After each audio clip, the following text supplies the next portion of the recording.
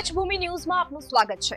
મુન્દ્રા તાલુકા કોંગ્રેસ સમિતિના પ્રમુખ વિરમભાઈ ગઢવીએ નબળા ચેકડેમ કામના ભ્રષ્ટાચારનો પર્દાફાશ કર્યો છે। મુન્દ્રા તાલુકાના ઝરપરા ગામે ચેકડેમના કામમાં 2 થી 2.5 કરોડનો ભ્રષ્ટાચારનો ગંભીર આક્ષેપ ઉઠ્યો। મુન્દ્રા તાલુકા કોંગ્રેસ સમિતિના પ્રમુખ વિરમભાઈ ગઢવીએ ચેકડેમના નબળા કામના ભ્રષ્ટાચારને ખુલ્લો પાડ્યો।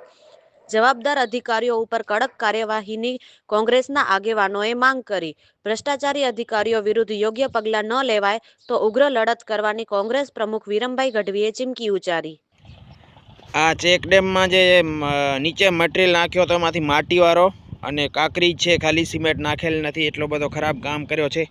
હવે જે કાલે અહીંયાના જાગૃત નાગરિકો અને અહીંયા મુન્દ્રા તાલુકાના કોંગ્રેસ પ્રમુખ વિરમભાઈ સાખરા દ્વારા જે કાલે અહીંયા સ્થળ ઉપર આવી અને જે એને સામે ચીમકી આપી હતી કે આ કામ બહુ ખરાબ કર્યો છે, એના હવે આજથી પાછો એ કામને અહીંયા જે માટી અને ઓલો કાંકરેજ નાખ્યો તો પાછો કાઢીને અહીંયાથી બીજી વખત કામ કરવાનો પ્રયત્ન કર્યો છે।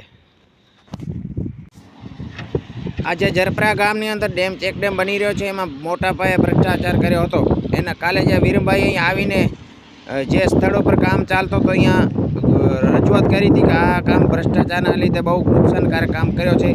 એના લીધે આ કાલે જે રજૂઆતના લીધે અહીંયા પાછો બીજી વખત અહીંયાથી જે માલ મટીરિયલમાં જે માટીવાળો કામ કરેલો ખરાબ કામ હતો એને મશીનથી પારે કાઢી અને પાછો વળી અહીંયાથી ખાડો કર્યો છે। આમાં આ જે ઝરપરા ગામમાં જે ચેકડેમ બન્યો છે એમાંથી પાછી આ કાંકરી અને આરસીસીને મશીનથી તોડી નાખી અને પાછો નીચેથી ખાડો કરવામાં આવ્યો છે અને આ બીજી વખત કામ ચાલુ કરવાની માટે અહીંયા કામ કરે છે આજથી।